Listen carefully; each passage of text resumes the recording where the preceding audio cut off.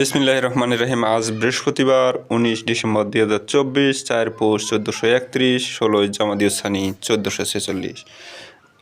বাংলাদেশের প্রধান পত্রিকাগুলোর সংবাদ পড়ছি। শুরুতে প্রথম আলো, শেষের পথে ইমরান, বুশরার বিচার কাজ। ভারতের অবস্থানে বদলের লক্ষণ নেই, মতামত পেজের একটি খবর। প্রবৃদ্ধি কমে 3.8% নেমে আসবে, অর্থ বাণিজ্য পেজের একটি খবর করেছে প্রথম আলো। ভূতপ্রেম নাকি মানুষ কিসে বেশি ভয় পেত? দ্বিতীয় টি-20 এবার ধবল ধলাইয়ের চোখ বাংলাদেশের। ধবল ধলাই খেয়ে এবার ধবল ধলাই দেওয়ার চেষ্টা করতেছে। 10 ট্রাক অস্ত্র মামলা নিয়ে প্রথম আলো একটি খবর করেছে। 10 ট্রাক অস্ত্র চোরাচালান, সাবেক স্বরাষ্ট্রমন্ত্রী বাবর সহ 6 জন খালাস, সাজা কমল 7 জনের। দেশের ইতিহাসে অন্যতম আলোচিত ঘটনা 10 ট্রাক অস্ত্র চোরাচালানের মামলায় হাইকোর্টের রায়ে মৃত্যুদণ্ড থেকে খালাস পেয়েছেন সাবেক স্বরাষ্ট্র প্রতিমন্ত্রী লুৎফুজ্জামান বাবর সহ 6 জন। এছাড়া মৃত্যুদণ্ডের সাজা কমিয়ে 10 বছর করে কারাদণ্ড দেওয়া হয়েছে আরও 6 আসামিকে। এ মামলায় বিচারিক আদালতের রায়ে মৃত্যুদণ্ড প্রাপ্ত আরেক আসামি ভারতের নাগরিক পরেশ বড়ুয়ার সাজাও কমেছে, তাকে যাবজ্জীবন কারাদণ্ড দেওয়া হয়েছে। বিচারপতি মোস্তফা জামান ইসলাম ও বিচারপতি নাসরিন আক্তারের সমন্বয়ে গঠিত হাইকোর্ট বেঞ্চ গতকাল বুধবার এ রায় দেন। এর আগে এ মামলায় ডেথ রেফারেন্স, মৃত্যুদণ্ড অনুমোদন ও আসামিদের আপিলের উপর শুনানি শেষ হয়। রায়ে মৃত্যুদণ্ড থেকে খালাস পেয়েছেন 6 জন। তাদের মধ্যে রয়েছেন বিএনপি জামাত জোট সরকারের সময় স্বরাষ্ট্র প্রতিমন্ত্রীর দায়িত্বে থাকা লুৎফুজ্জামান বাবর, রাষ্ট্রায়ত্ত সার কারখানা চিটাগাং ইউরিয়া ফার্টিলাইজার লিমিটেডের CELSFL তৎকালীন ব্যবস্থাপনা পরিচালক মহসিন উদ্দিন তালুকদার, তৎকালীন ব্যবস্থাপক প্রশাসন KM এনামুল হক, প্রতিরক্ষা গোয়েন্দা মহাপরিদপ্তরের DGFI সাবেক পরিচালক মেজর জেনারেল অবসরপ্রাপ্ত রেজ্জাকুল হায়দার চৌধুরী। এই 4 জনের বিষয়ে রায়ে হাইকোর্টে বলেছেন, তাদের বিরুদ্ধে প্রসিকিউশন রাষ্ট্রপক্ষ অভিযোগ প্রমাণ করতে পারেননি, যে কারণে তাদের অভিযোগ থেকে খালাস পাওয়ার অধিকারী তাদের খালাস দেওয়া হয়। এ মামলায় বিচারিক আদালতের রায়ে জামাতে ইসলামী তৎকালীন আমির ও সাবেক শিল্পমন্ত্রী মতিউর রহমান নিজামীকে মৃত্যুদণ্ড দেওয়া হয়েছিল। তার ক্ষেত্রে হাইকোর্টের রায়ে বলা হয়েছে,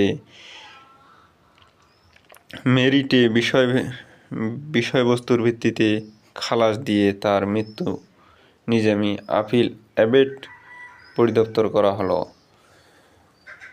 বিচারিক আদালতের রায়ে মৃত্যুদণ্ডপ্রাপ্ত শিল্প মন্ত্রণালয়ের সাবেক অতিরিক্ত সচিব নুরুল আমিনকেও খালাস দিয়েছেন হাইকোর্ট। তার বিষয়ে রায়ে বলা হয়েছে, বিচারের শুরু থেকেই তিনি পলাতক, তার বিরুদ্ধে প্রসিকিউশন অভিযোগ প্রমাণ করতে পারেননি, তিনি অভিযোগ থেকে খালাস পাওয়ার অধিকারী। বিচারপতি বেওয়ারিশ হিসেবে দাফন, পরিচয় শনাক্তের চেষ্টা কম, জুলাই আগস্ট গণহত্যা। রায়ের বাজার কবরস্থানে বেওয়ারিশ হিসেবে দাফন করা হয় 114 মরদেহ। তাদের অনেকে গণ অভ্যুত্থানে নিহত। টাকা দিয়ে কি করুম, আমি ছেলের কবর কোনটা তা জানতে চাই, দেখতে চাই, এক স্বজনের বক্তব্য। অভ্যুত্থানে 132 শিশু কিশোর। আমরা স্বজনদের কবর জিয়ারতের একটা ছবি দেখতে পাচ্ছি। রায়ের বাজার কবরস্থানে বেওয়ারিশ হিসেবে দাফন করা ব্যক্তিদের কতজন গণ অভ্যুত্থানে নিহত, কোন কবর কার তা অজানা। নিহত মাহিনের 2 স্বজন তার কবর কোনটি তা জানেন না, তবে দোয়া করছিলেন 9 ডিসেম্বর সকালে। ছবি তুলেছেন প্রথম আলো।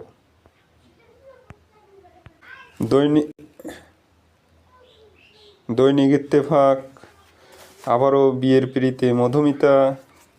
আবারও তার আগেও দুই একটা বিয়ে করেছেন। কত বিয়ে যে লাগে তোদের, অনেকে একটা বিয়ে করতে পারতেছে না। যাই হোক, ইসরায়েলেই নিশ্চিত হবে খামেনি, ইসরায়েলেই নিশ্চিহ্ন হবে বললেন খামেনি। একটু যত্ন নিলে ভালো মাঠে খেলতেন ফুটবলাররা। মাঠ তৈরি করতে যা, খেলবেন কবে? যাই হোক, সাতপন্ডিতের ইস্তেমা করার সুযোগ নেই মাওলানা মামুনুল হক। চতুর্থ কিস্তির 64,50,00,000 ছাড়ে সম্মত IMF। আবারও $75 কোটি চাইল বাংলাদেশ। আজকের অন্যতম খবর, ইজতেমা মাঠে সংঘর্ষ, 144 ধারা জারি, সেনাবাহিনী মোতায়েন।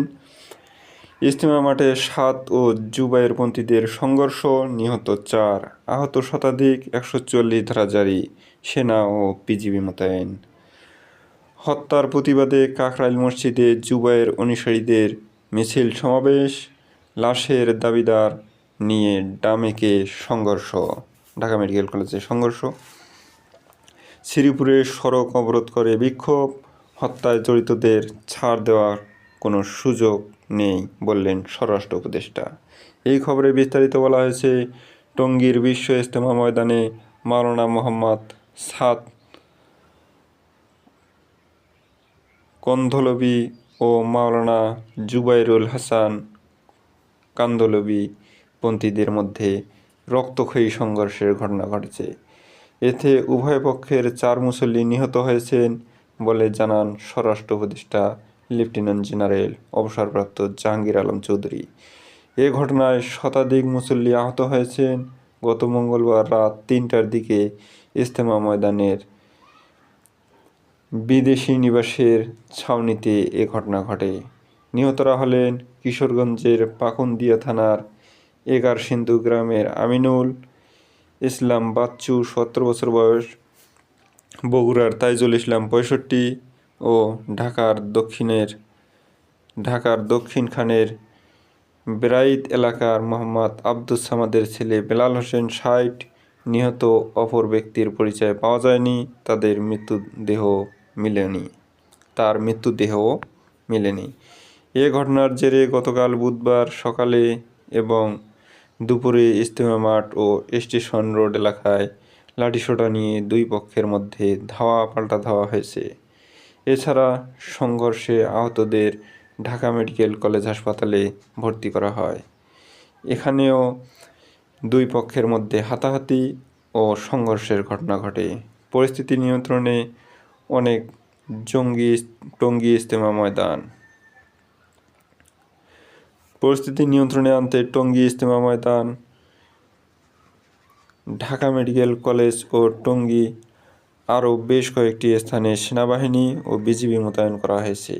ঢাকা মেট্রোপলিটন পুলিশ ও গাজীপুর মেট্রোপলিটন পুলিশ কামারপাড়া, তুরাগ, উত্তরা ও টঙ্গীর ইজতেমা ময়দানে সকল ধরনের মিছিল সমাবেশ নিষিদ্ধ ঘোষণা করেছে। বুধবার বিকালে প্রশাসনের নির্দেশের পর দুই পক্ষের মুসল্লিরা ইজতেমা ময়দান ত্যাগ করেন। পুলিশ ও সেনাবাহিনীর সদস্যরা ইজতেমা ময়দানের নিয়ন্ত্রণ নেন। এদিকে গতকাল দুপুরে সচিবালয়ে স্বরাষ্ট্র মন্ত্রণালয়ের স্বরাষ্ট্র উপদেষ্টা লেফটেন্যান্ট জেনারেল অবসরপ্রাপ্ত জাহাঙ্গীর আলম চৌধুরী দুই পক্ষের নেতাদের সঙ্গে বৈঠক করেন। পরবর্তীতে স্বরাষ্ট্র মন্ত্রণালয়ে আইন শৃঙ্খলা বাহিনীর বিভিন্ন ইউনিট প্রধানদের নিয়ে তিনি বৈঠক করেন। বৈঠক শেষে তিনি সাংবাদিকদের বলেন, হত্যাকাণ্ডের সঙ্গে যারা জড়িত তাদের ছাড় দেওয়ার কোনো অবকাশ নেই। এ ঘটনায় মামলা হবে, মামলার পর জড়িতদের আইনের আওতায়ও আনা হবে। গাজীপুরের স্পেশাল ব্রাঞ্চের পুলিশ সুপার আলমগীর হোসেন গণমাধ্যমকে বলেন, ভুল বোঝাবুঝির কারণে এই সংঘর্ষ। আজকেই বুধবার আলোচনার মাধ্যমে বিষয়টির সুরাহা হয়ে যেত। এখন 2 মেট্রোপলিটন থেকে নিষেধাজ্ঞা জারি করায় আমরা মাঠ থেকে মুসল্লিদের সরিয়ে দিয়েছি। এখন এই মাঠে আর কেউ নেই। আপাতত মাঠটি পুলিশের হেফাজতে। যেভাবে ঘটনার সূত্রপাত, পুলিশ, মুসল্লি ও স্থানীয় সূত্রে জানা গেছে, আগামী 20 ডিসেম্বর থেকে 5 দিনের জোর ইজতেমা করার জন্য মাওলানা সাদের অনুসারী মুসল্লিরা ইজতেমা ময়দানে প্রবেশের চেষ্টা করছিল। কয়েকদিন আগে থেকেই। সাতপন্থীরা যেন ইজতেমা ময়দানে প্রবেশ করতে না পারে সেজন্য আগে থেকেই ইজতেমা ময়দানে অবস্থান করছিল জুবায়েরপন্থী মুসল্লিরা। ইজতেমা ময়দানের পশ্চিমে নদীর পশ্চিম পারে কামারপাড়ায় অবস্থান করছিল সাদ অনুসারী মুসল্লিরা।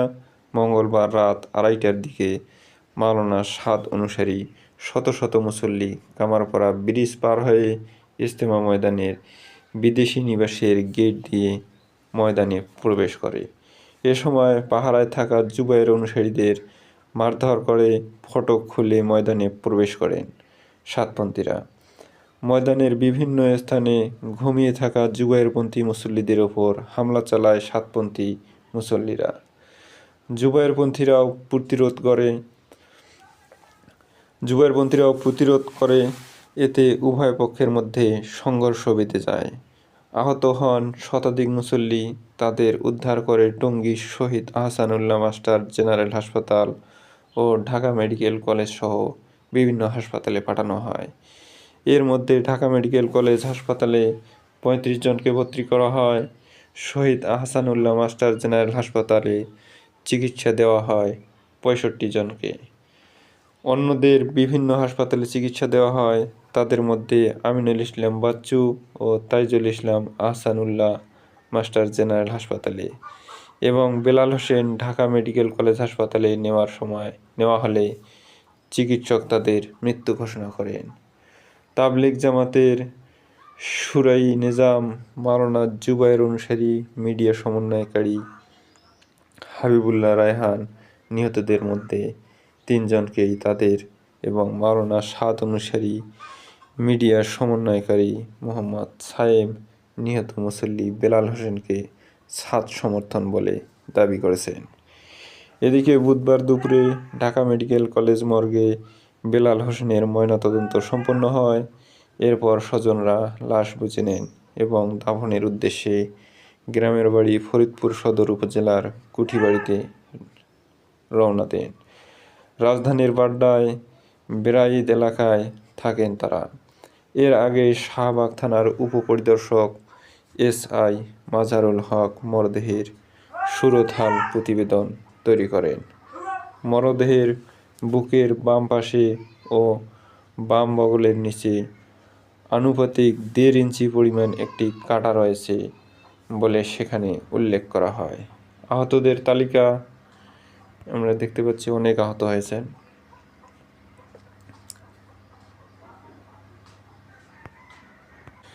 বাংলাদেশ প্রতিদিন বিদেশে বিলাসে সেই মন্ত্রী এমপিরা।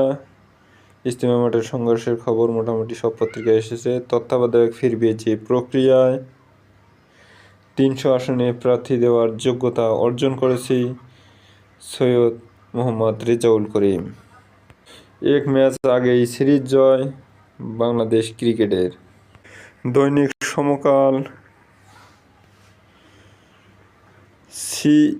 CULFFL জেটি ঘাটে সেই রাতে যা ঘটেছিল।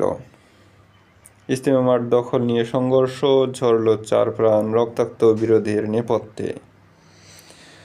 দারুণ জয়ে টি-20 সিরিজ। বাংলাদেশের সংস্কার প্রস্তাবে জনগণের ইচ্ছার প্রতিফলন থাকতে হবে ডক্টর কামাল। বাংলাদেশকে নতুন ঋণ দিচ্ছে IMF।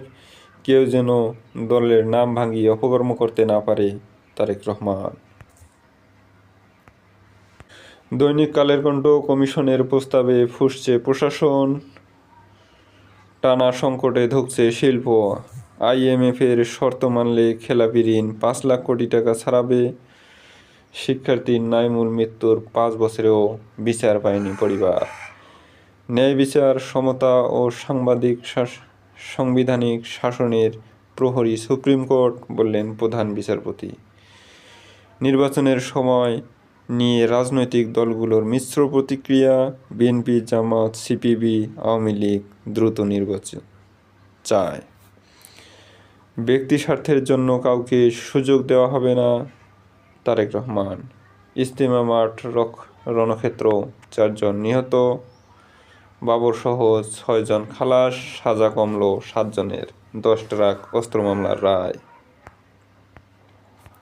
আমাদের সময় কায়রোতে প্রধান উপদেষ্টাকে লাল গালিচার সংবর্ধনা। জামালগঞ্জ খনির কয়লা উত্তোলনের উদ্যোগ। সুপারিশে আপত্তি প্রশাসন ও শিক্ষা ক্যাডারের। উইন্ডিজে টি-20 সিরিজ বাংলাদেশের। জুলাই গণঅভ্যুত্থানের খবর। রেনু বেগমের আকুতি, শুভর কবর যেন স্থায়ী থাকে। এএসপির হেনস্থার শিকার হতে হয় সাগরের পরিবারকে। সরসা সীমান্তে 2 বাংলাদেশি হত্যা। দৈনিক কালবেলা ফাঁস প্রশ্নের টাকায় নিজ পকেটের উত্তর মেলান আবেদ আলী। ডিজির 1 ঘন্টার মধ্যে অ্যাকশন। ইজতেমা মাঠে সংস্কারের সুপারিশে নির্ভর ইসির প্রস্তুতি। নয়াদিগন্ত বাবরসহ 6 জন খালাস। মালয়েশিয়ার উচ্চশিক্ষামন্ত্রীর মতবিনিময়। মিশরে ডক্টর ইউনূস। প্রতিবেশী দেশে বসে ইজতেমার নাশকতার পরিকল্পনা।